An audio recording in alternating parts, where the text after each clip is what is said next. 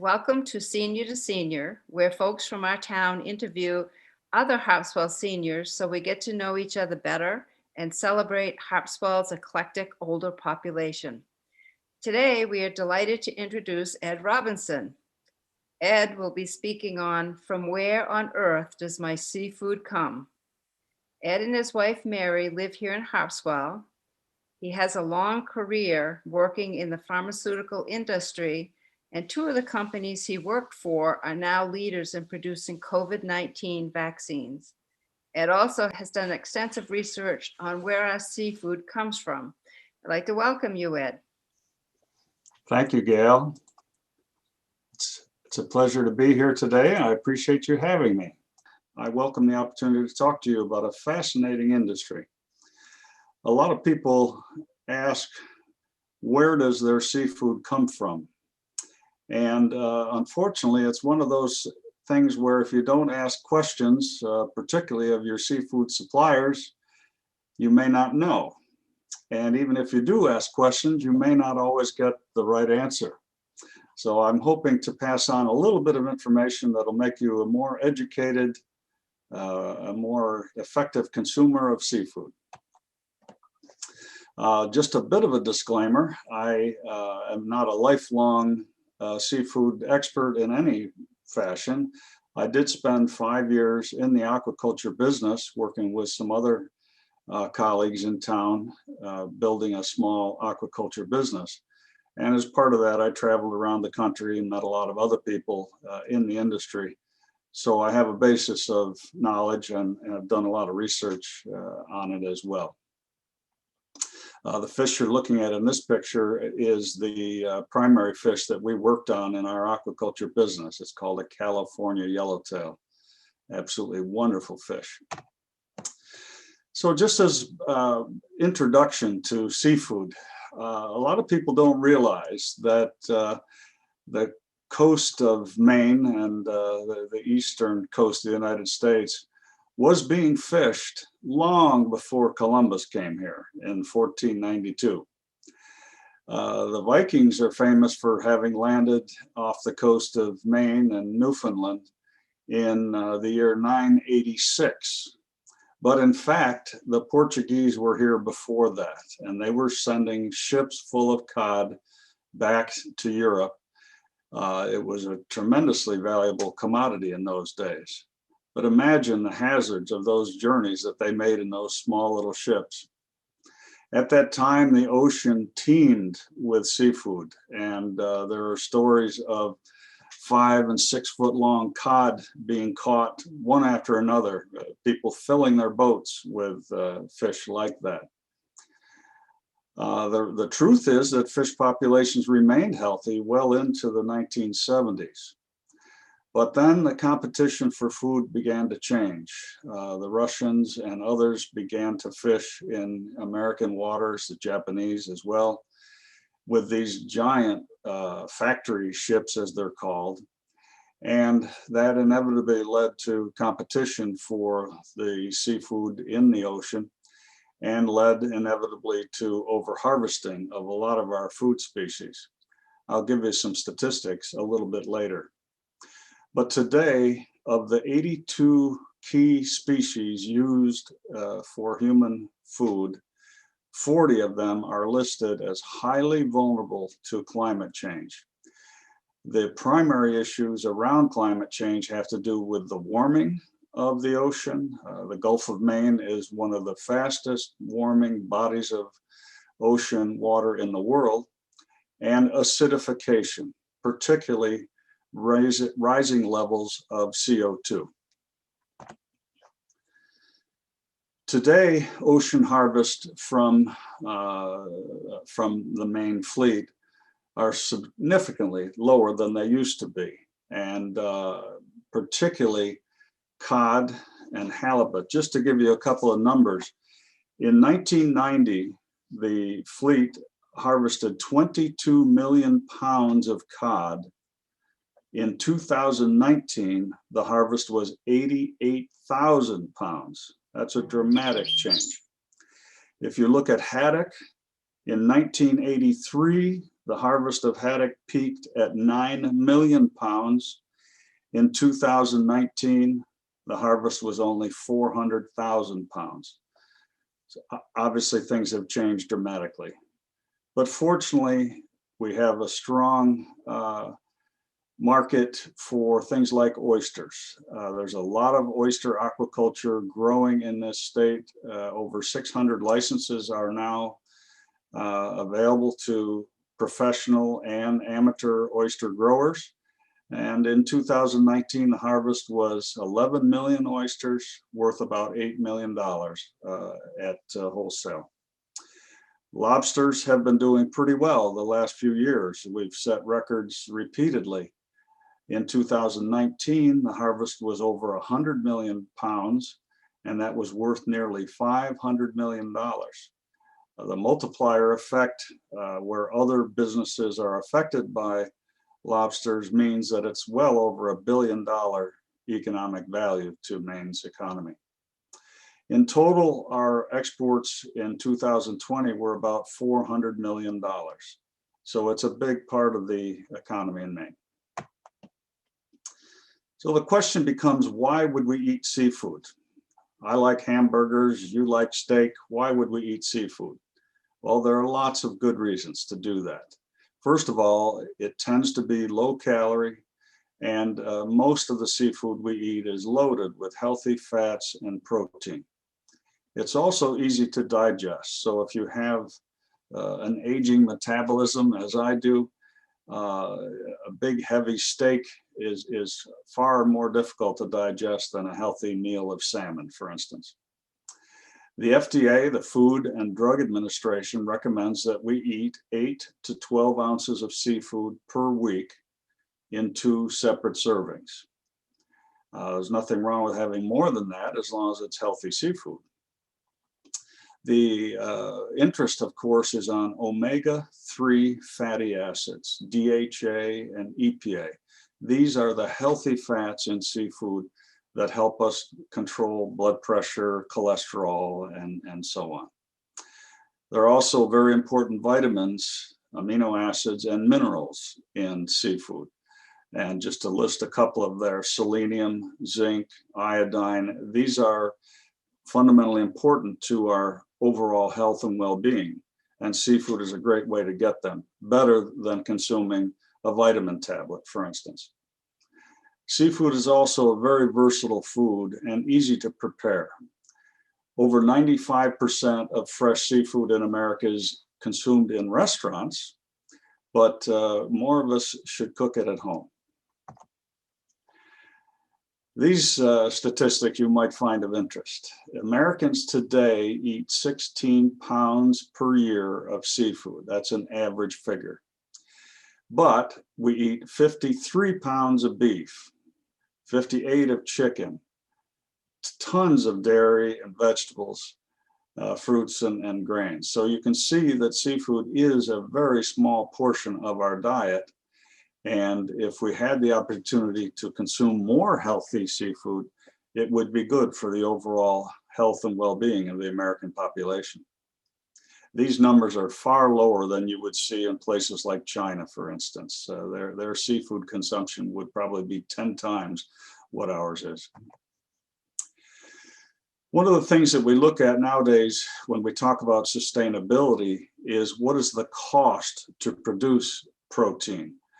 And not just monetary cost, but what's the cost to the environment? If you look at cattle beef production, it's notably inefficient, particularly as it relates to the amount of feed that you need to give a cow or a pig or a chicken or a fish to create a pound of protein. You can see that for beef cattle, it takes 6 to 7 pounds to make a pound of beef that we eat in our homes. Seafood and poultry are by far the most efficient in that regard. Water is also a big deal when you're producing beef. They drink a lot of water and they expire a lot of water. There's also been a lot of discussion about the impact on the climate by what I'll call cow emissions. They give off a lot of CO2. It's a lot more efficient in terms of speed to bring poultry, chicken, turkey, for instance, to the market as it is with fish and swine compared to beef. Obviously, a mature beef cow yields a lot of meat, but overall, the most efficient proteins for us, if we're looking at the impact on the global economy and the global environment, are poultry and seafood. There's a lot of problems in the ocean these days, and it's not just a matter of fishing, but pollution and other things contribute to this. But some of it is caused by us as consumers.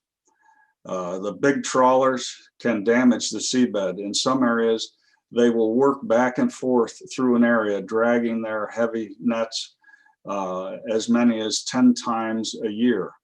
And that just destroys anything growing on the bottom of the ocean, including coral reefs that are extremely important as nurseries, if you will, for small fish and other creatures. Nets also capture or injure a lot of marine animals, whales, turtles, and dolphins as a couple of examples. In some areas, the bycatch, those creatures that are scooped up in a net that are not part of the intended catch, can be 6 times as much as the shrimp, for instance, that are brought overboard. Most of the time, that bycatch is thrown back in the sea, either because it's illegal to keep it or the creatures don't have a market value. But most of the time they're dead, and it really causes imbalances in the food chain in the ocean. Today, according to experts, 90% of the fisheries are either fully exploited, overexploited, or collapsed. And that affects cod, for instance. They are now below 5% of the target population that we need for a sustainable population in the ocean. Bluefin tuna are even worse. They're below 4% of the target. So this is not an academic issue. This is something that we need to pay attention to, and the whole seafood industry has to be alert to. Consumption of seafood has grown in the United States. As I said, today it's 16 pounds, but as recently as 1975, it was only 1 pound per person per year on average. Those fish sticks that we used to eat on Friday when we were trying to be good Christians. The Earth's population in that time frame has grown considerably, from 4 billion to 7 billion. Ocean harvest in the last 40, 50 years have been flat, and off the coast of Maine, they've declined. Today, 90% of the seafood that we eat in the United States is imported, much of it from Southeast Asia, China, Vietnam, India, Philippines, etc. And more than 50% of our seafood today is farmed. That percentage is increasing. Fortunately, there's more and more aqua farming in the United States, and that gives us an opportunity to buy healthy seafood, but not buy it from Southeast Asia with all of the issues involved there. So a couple things that may give you some pause when you buy seafood. 25% of the global catch is considered unreported, unregulated, or illegal. There's a lot of piracy on the world's oceans, particularly in Southeast Asia, and that affects the seafood industry as well. It's estimated that as much as 30% of the seafood imported into the United States falls in this category of unreported, unregulated, and illegal. A lot of folks don't realize that most of the seafood coming into the United States is not inspected for safety, for health, for its condition, whatever. It's only about 1%. So those vast shipments of shrimp, crab, other things coming into US ports, particularly on the West Coast, Most of that is uninspected. There have been instances in the last few years. Thailand, for instance, was caught using slave labor and child labor in their seafood industries. In the worst cases, they were hijacking people from places like China or Finland, or excuse me, the Philippines, making them work on fishing ships, offshore factory ships that never go into harbor. And when somebody became sick or injured or too old to work, they were simply throwing them overboard. Unbelievable treatment of labor. And some of the seafood that you can buy in Walmart or Costco or Kroger comes from this source. It's obviously something you want to be aware of. We actually compound some of these problems in the way we consume seafood. Of the top 10 seafoods, I've listed them for you here: shrimp, salmon, tuna, etc. Unfortunately, 55% of our consumption is just the top three: shrimp, salmon, and tuna. We are creatures of habit. And 90% of all seafood consumed in the United States is these top 10. But there are over 500 different species available for us. The reality is that we either are ignorant of these other species or we're not willing to buy them. We're not comfortable cooking them. We're not comfortable eating them. Restaurants don't bother to buy them and serve them to us because there's little demand. So if we changed our eating habits and ate less salmon, canned tuna, and shrimp, we would actually be making things better. We would create more demand for fish like ray, for instance, that's available to us and very healthy. One of the unfortunate parts of the seafood industry is fraud and mislabeling. The world famous Monterey Bay Aquarium has a program called Seafood Watch. And as part of that program, they go out regularly and sample fish for sale from wholesale distributors, retail markets, and restaurants. The last time they did this, 1,600 samples using DNA to confirm what it was, 25% of fish was mislabeled. This happens with tilapia particularly because they can treat it, color it, etc., to make it look like red snapper, for instance. But just imagine going into a restaurant or a market and knowing that 25% of the fish available to you might be mislabeled. That's a shocking statistic. So that's the end of part one. And I appreciate the chance to speak with you. I hope you'll tune in for part two as well. Thank you, Ed, for your enlightening presentations. We'd like to give special thanks to Harpswell Community TV and to Health and Wellness Committee of Harpswell Aging at Home for sponsoring the program.